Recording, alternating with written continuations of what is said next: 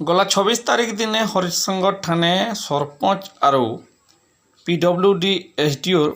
मार गाली के नहींकरी KMM रो प्रेस मीट सुनवा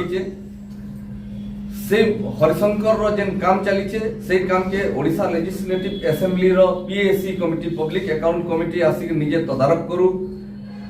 सब टेंडर कोटेशन सब माल जहाँ लगी छे तापर टेंडर सब टेंडर रो तदारक करू सब माल मटेरियल रो फॉरेंसिक टेस्ट करू इटा हमर गुटे दाबी 2 नंबर दाबी होचे कोटी कोटी लोग देखि सारिचन जे श्रीयुक्त सुशील गुरु को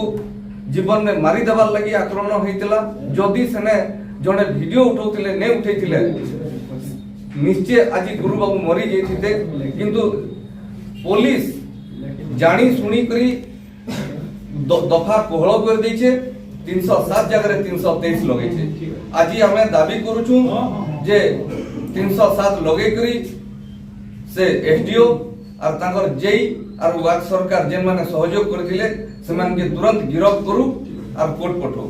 3 नंबर दाबी हला जे जेन लोक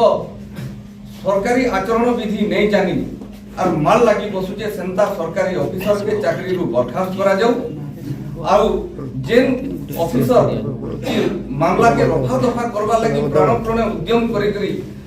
जिनिसटा के कोहଳ कर देले सेई ऑफिसर को चाकरी रु बर्खास्त करा जाऊ 307 जगह 323 जे लगै करी